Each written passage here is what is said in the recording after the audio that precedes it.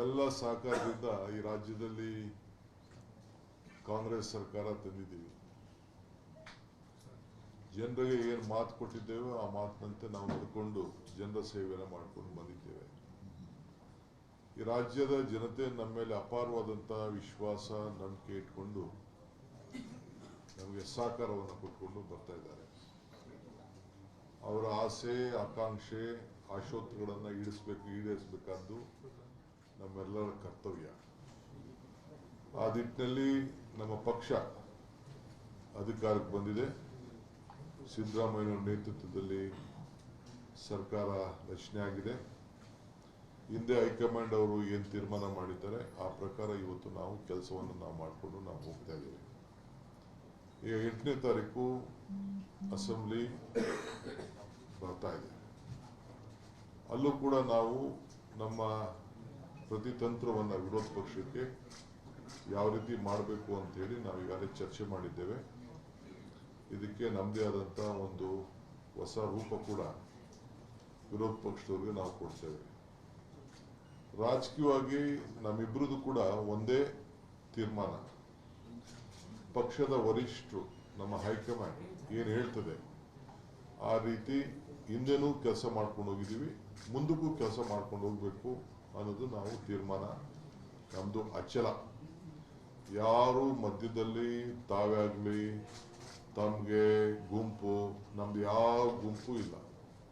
ನಾನು ಯಾವ ಗುಂಪಿಗೆ ಕೃಷ್ಣ ಅವ್ರ ಕಾಲದಲ್ಲೂ ಅವಕಾಶ ಕೊಡಲಿಲ್ಲ, ಇವತ್ತು ಅವಕಾಶ ಕೊಡಲಿಲ್ಲ, ನನಗೆ ಅವಶ್ಯಕತೆಯೂ ಇಲ್ಲ. ನಮ್ದು ಒಂದೇ ಒಂದು ಗುಂಪು, ಕಾಂಗ್ರೆಸ್ ಗುಂಪು. ಚೀಫ್ ಮಿನಿಸ್ಟರ್ ನಾನು ಆವತ್ತು ಕಾಲದಲ್ಲಿ ಸಿದ್ದರಾಮಯ್ಯನವರು 3 ತಿಂಗಳು ನನ್ನ 4 ತಿಂಗಳು ಹೈಕಮಾಂಡ್ ಆದೇಶದ ಮೇರೆಗೆ ಸ್ವಲ್ಪ ದಿನ ವೆಯ್ಟ್ ಮಾಡಿ ಡಿಕೆ ಅಂತ ಹೇಳಿದಾಗ ಕೂಡ ಒಂದು ಶಬ್ದ ಆವತ್ತು ಕೂಡ ನಾನು ಮಾತಾಡಿಲ್ಲ. ಇವತ್ತು ಕೂಡ ಅಷ್ಟೇ, I am very firm. So ಒಟ್ಟಿಗೆ ಸೇರಿ ನಾವು ಕೆಲಸ ಮಾಡ್ಕೊಂಡು ನಾವು ಹೋಗ್ತೀವಿ. ಪಕ್ಷದ ವರಿಷ್ಠರು ಹೈಕಮಾಂಡ್ ಏನು ಹೇಳ್ತದೆ ಆ ರೀತಿ ನಾವಿಬ್ಬರೂ ಸೇರಿ ಕೆಲಸ ಮಾಡ್ಕೊಂಡು ಹೋಗ್ತೀವಿ. ನಮ್ಗೆಲ್ಲರನ್ನೂ ಒಟ್ಟಿಗೆ ತೆಗೆದುಕೊಂಡು ಹೋಗುವಂಥ ಕರ್ತವ್ಯ. ಪ್ರತಿಯೊಬ್ಬ ಶಾಸಕನ್ನ ಎಷ್ಟು ಶಕ್ತಿಶಾಲಿಯಾಗಿ ಬೆಳೆಸಬೇಕು, ಪಕ್ಷನ ಯಾವ ರೀತಿ ಶಕ್ತಿಶಾಲಿಯಾಗಿ ಬೆಳೆಸಬೇಕು, ಅದು ನಮ್ಮಿಬ್ಬರ ಕರ್ತವ್ಯ. ಆ ನಿಟ್ಟಿನಲ್ಲಿ ನಾವು ಮುಂದಕ್ಕೆ ಸರ್ಕಾರನ 28ಕ್ಕೆ ನಾವೇ ತರಲಿಕ್ಕೆ ಅನೇಕ ಕಾರ್ಯರೂಪವನ್ನು ನಾವು ರೂಪಿಸಿದ್ದೇವೆ. ಆ ನಿಟ್ಟಿನಲ್ಲಿ ನಾವು ಕೆಲಸವನ್ನು ನಾವು ಮಾಡ್ಕೊಂಡು ಹೋಗ್ತೇವೆ. ಏನು ಮುಖ್ಯಮಂತ್ರಿಗಳು ಈಗಾಗಲೇ ತಮಗೆ ಸಂದೇಶವನ್ನು ಕೊಟ್ಟಿದ್ದಾರೆ, ಆ ಸಂದೇಶಕ್ಕೆ ಆ ಮಾತಿಗೆ ನಾನು ಕೂಡ ಸಹಮತವನ್ನು ವ್ಯಕ್ತಪಡಿಸ್ತಾ ಇದ್ದೀನಿ.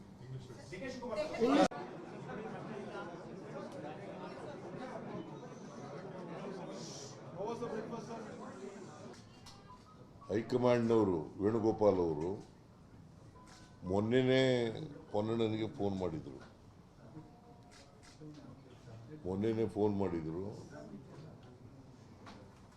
ಡಿ ಕೆ ಶಿವಕುಮಾರ್ ಅವರನ್ನ ಬ್ರೇಕ್ಫಾಸ್ಟ್ ಕರೀರಿ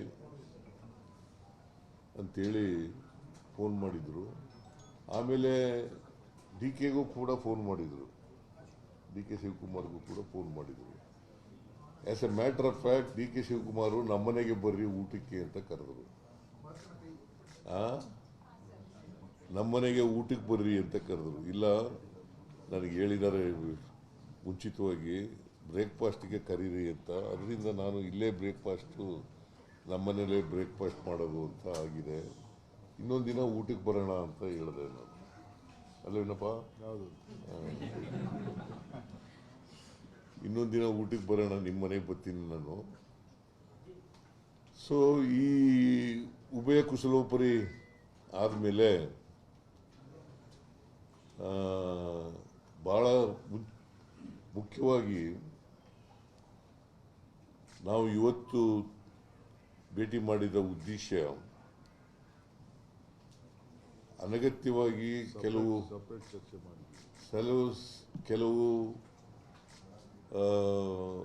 ಗೊಂದಲಗಳು ನಿರ್ಮಾಣ ಆಗಿದ್ದಾವೆ. ಇತ್ತೀಚಿನ ದಿನಗಳಲ್ಲಿ ಸುಮಾರು 1 ತಿಂಗಳಿಂದ ಗೊಂದಲಗಳು ನಿರ್ಮಾಣ ಆಗಿದ್ದಾವೆ. ನಾವು ಇಬ್ಬರೇ ಕೂತ್ಕೊಂಡು ಮಾತಾಡೋದು. ನಮ್ಮ ಉದ್ದೇಶ 28ರ ಚುನಾವಣೆ ಬಹಳ ಮುಖ್ಯ. ಲೋಕಲ್ ಬಾಡೀಸ್ ಚುನಾವಣೆ ಬಹಳ ಮುಖ್ಯ. ಕಾರ್ಪೊರೇಷನ್ ಚುನಾವಣೆ ಮತ್ತು ತಾಲೂಕು ಪಂಚಾಯತಿ, ಜಿಲ್ಲಾ ಪಂಚಾಯತಿ ಚುನಾವಣೆ, ಗ್ರಾಮ ಪಂಚಾಯತ್ ಚುನಾವಣೆ ಇವು ಬಹಳ ಮುಖ್ಯ. ಅದರ ಬಗ್ಗೆನೂ ಕೂಡ ಚರ್ಚೆ ಮಾಡೋದು. 28ರ ಚುನಾವಣೆಯಲ್ಲೂ ಕೂಡ ಕಾಂಗ್ರೆಸ್ ಅನ್ನು ಅಧಿಕಾರಕ್ಕೆ ತರಬೇಕು ಅಂತಕ್ಕಂಥದ್ದು ಚರ್ಚೆ ಮಾಡಿದ್ದೇವೆ. ನಾವಿಬ್ಬರು ಡಿ.ಕೆ. ಶಿವಕುಮಾರ್ ಅವರು, ನಾನು ಹೇಗೆ ಅಸೆಂಬ್ಲಿ ಚುನಾವಣೆಯಲ್ಲಿ 2023 ಅಸೆಂಬ್ಲಿ ಚುನಾವಣೆಯಲ್ಲಿ ಕೆಲಸ ಮಾಡೋದು ಒಟ್ಟಿಗೆ, ಅದೇ ರೀತಿಯಲ್ಲಿ ಮುಂದೆನೂ ಕೂಡ ಒಟ್ಟಿಗೆ ಹೋಗ್ತಕ್ಕಂಥದ್ದನ್ನು ತೀರ್ಮಾನ ಮಾಡಿದ್ದೀವಿ. ನಮ್ಮಲ್ಲಿ ಯಾವುದೇ ಡಿಫರೆನ್ಸಸ್ ಇಲ್ಲ. ನನಗೆ ಡಿ.ಕೆ. ಶಿವಕುಮಾರ್ಗೆ ಯಾವುದೇ ಡಿಫರೆನ್ಸಸ್ ಇಲ್ಲ. ಇವತ್ತಿನವರೆಗೂ ಡಿಫರೆನ್ಸಸ್ ಇಲ್ಲ, ಮುಂದೇನೂ ಡಿಫರೆನ್ಸಸ್ ಇರಲ್ಲ. ಒಟ್ಟಿಗೆ ಹೋಗ್ತೀವಿ. ಆಮೇಲೆ ಅಸೆಂಬ್ಲಿ 8ನೇ ತಾರೀಕಿನಿಂದ ಶುರುವಾಗುತ್ತೆ. ಚಳಿಗಾಲದ ಅಧಿವೇಶನ ಬೆಳಗಾವಿನಲ್ಲಿ ಪ್ರಾರಂಭ ಆಗ್ತದೆ. ನಾವು ಅಲ್ಲೂ ಕೂಡ ವಿರೋಧ ಪಕ್ಷದವರನ್ನ ಬಹಳ ಸಮರ್ಥವಾಗಿ ಇಲ್ಲಿವರೆಗೂ ಎದುರಿಸಿದ್ದೀವಿ, ಮುಂದೇನೂ ಕೂಡ ಎದುರಿಸ್ತೀವಿ. ಅದು ಬಿಜೆಪಿ ಇರ್ಬೋದು, JDS ಇರ್ಬೋದು. ಸುಳ್ಳು ಅಪಪ್ರಚಾರಗಳನ್ನು, ಸುಳ್ಳುಗಳನ್ನು, ಆರೋಪಗಳನ್ನು, ಸುಳ್ಳು ಅಪವಾದಗಳನ್ನು ಮಾಡ್ತಕ್ಕಂಥದ್ದು ಬಿಜೆಪಿಯವರ ಚಾಳಿ, JDSನವರ ಚಾಳಿ. ಇವರಿಬ್ಬರನ್ನು ಕೂಡ ಬಹಳ ಸಮರ್ಥವಾಗಿ ನಮ್ಮ ಸರ್ಕಾರ ಎದುರಿಸ್ತದೆ. ನಾನು, DCM ಇಬ್ಬರು ಕೂಡ, ಡಿ.ಕೆ. ಶಿವಕುಮಾರ್ ಇಬ್ಬರು ಕೂಡ ಇವರನ್ನು ಅಸೆಂಬ್ಲಿನಲ್ಲಿ ಬಹಳ ಸಮರ್ಥವಾಗಿ ಎದುರಿಸ್ತೇವೆ. ಅದಕ್ಕೆ ಬೇಕಾದಂಥ ಸ್ಟ್ರಾಟಜಿ ಏನು ಬೇಕೋ ಅದನ್ನು ಮಾಡಿದ್ದೀವಿ.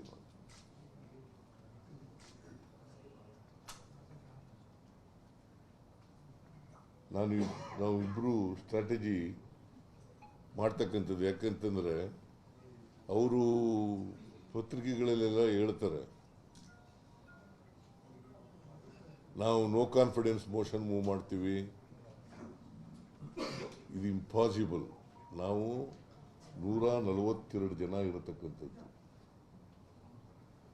ಅವರಿರೋದು 64 ಜನ ಮಾತ್ರ.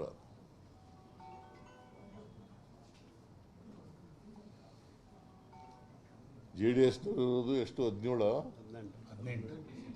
18. ಅವರಿಬ್ಬರು ಸೇರಿದ್ರು ಕೂಡ 84 ಆಗ್ಬೋದು, 82 ಆಗ್ಬೋದು ಹೊರತು ಅದಕ್ಕಿಂತ ಜಾಸ್ತಿ ಆಗಲಿಕ್ಕೆ ಸಾಧ್ಯನೇ ಇಲ್ಲ. ಅದರಿಂದ ಅದು ಇಟ್ಸ್ ಎ ಫುಟೈಲ್ ಎಕ್ಸಸೈಜ್ ಅಂತ ನನಗನ್ಸುತ್ತೆ. ಅವರು ಏನೇ ಮಾಡಿದ್ರು ಕೂಡ ಅಸೆಂಬ್ಲಿನಲ್ಲಿ, ಅವರು ಏನೇ ಆರೋಪಗಳನ್ನು ಮಾಡಿದ್ರು ಕೂಡ, ಸುಳ್ಳು ಆರೋಪಗಳನ್ನು ಮಾಡಿದ್ರು ಕೂಡ, ಅವೆಲ್ಲವನ್ನು ಕೂಡ ಸಮರ್ಥವಾಗಿ ಎದುರಿಸ್ತಕ್ಕಂಥ ಕೆಲಸವನ್ನು ಮಾಡ್ತೀವಿ. ಆಮೇಲೆ ಭಾಳ ಮುಖ್ಯವಾಗಿ ತೀರ್ಮಾನ ಮಾಡಿರ್ತಕ್ಕಂಥದ್ದು, ನಾವಿಬ್ಬರೂ ಹೈಕಮಾಂಡ್ನವ್ರು ಏನು ಹೇಳ್ತಾರೆ ಹಾಗೆ ಕೇಳೋದು. ಹೈಕಮಾಂಡ್ನವರು ಏನು ಹೇಳ್ತಾರೆ ಅದನ್ನು ಕೇಳೋದು.